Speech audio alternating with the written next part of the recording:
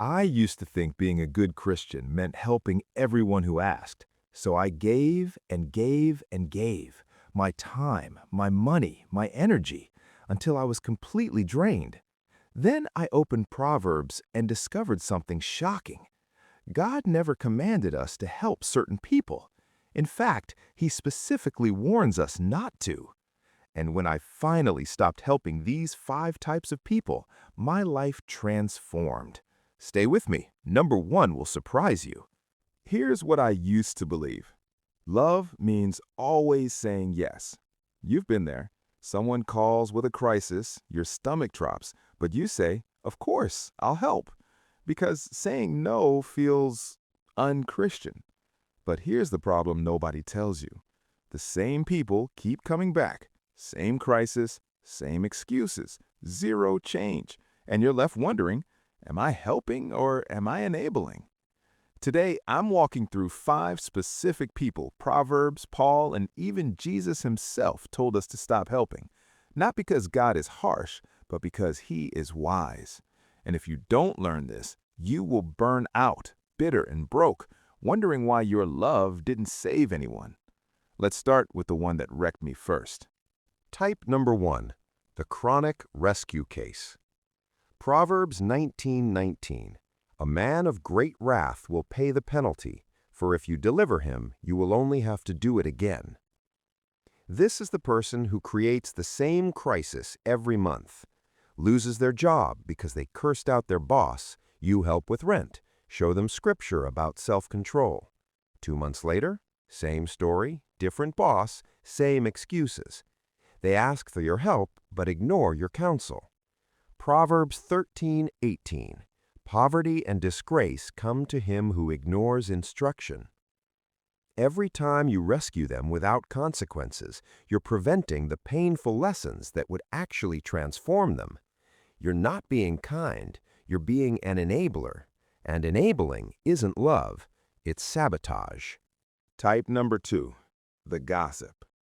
Proverbs 20:19. Whoever goes about slandering reveals secrets. Therefore, do not associate with a simple babbler.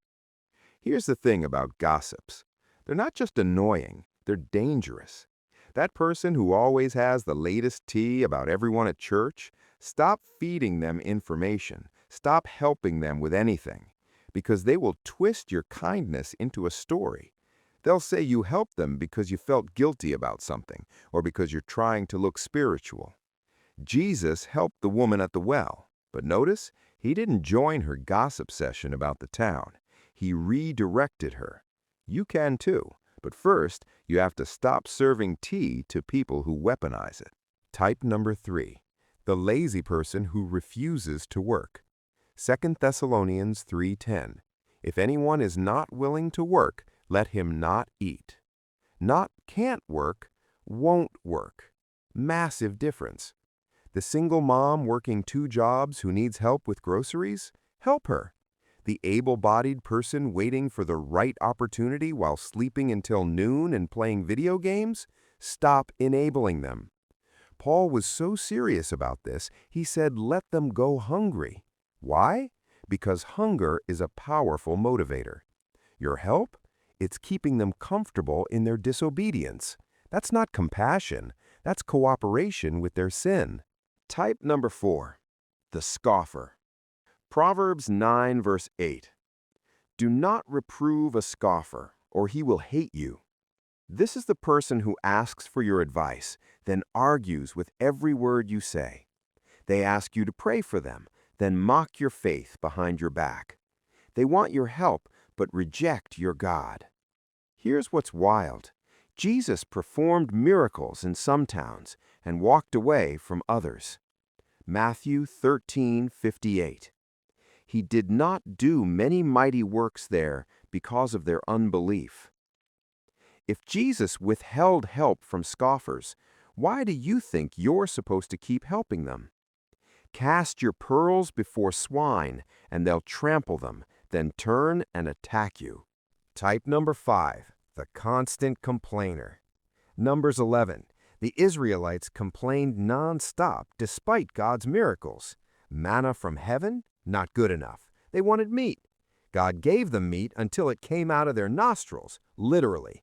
And guess what? They still weren't satisfied.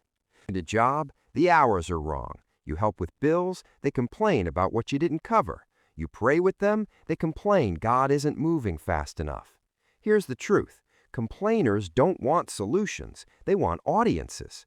And the more you help them, the more material they have to complain about. God himself got tired of the complainers in the wilderness. Many of them never entered the promised land. Stop watering dead seeds. Here's the hard truth. Being nice isn't the same as being obedient. Jesus loved everyone, but he didn't help everyone. He walked past pools full of sick people to heal one man.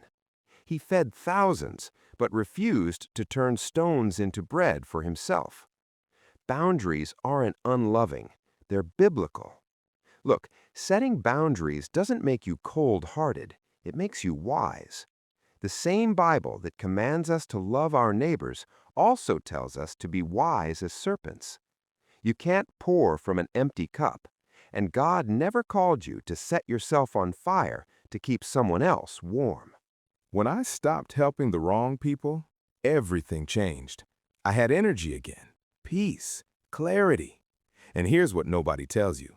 When you stop helping the 5 types above, you create space to help the right people, the ones who are humble, teachable, truly in need. I stopped rescuing the chronic crisis case and suddenly had money to help a widow with her electric bill. I stopped feeding the gossip and suddenly had time to mentor a young believer. I stopped enabling the lazy and watched 2 of them actually get jobs because hunger works. The scoffer who mocked my faith, I walked away. 6 months later, he called me crying, asking for help reading the Bible. And the complainer? I stopped trying to fix her problems. She finally went to counseling. Boundaries didn't destroy my relationships. They saved them. So here's your challenge. Look at your life right now. Who's draining you?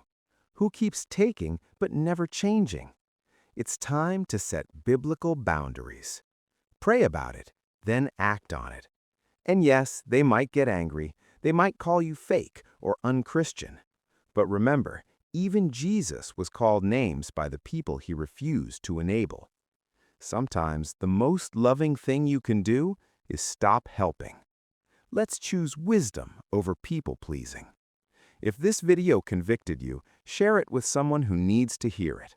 Drop a comment. Are you currently helping any of these 5 types? How is it affecting you? Hit like and subscribe to Bible Undefeated for more scripture-based content that actually strengthens your faith, without the fluff.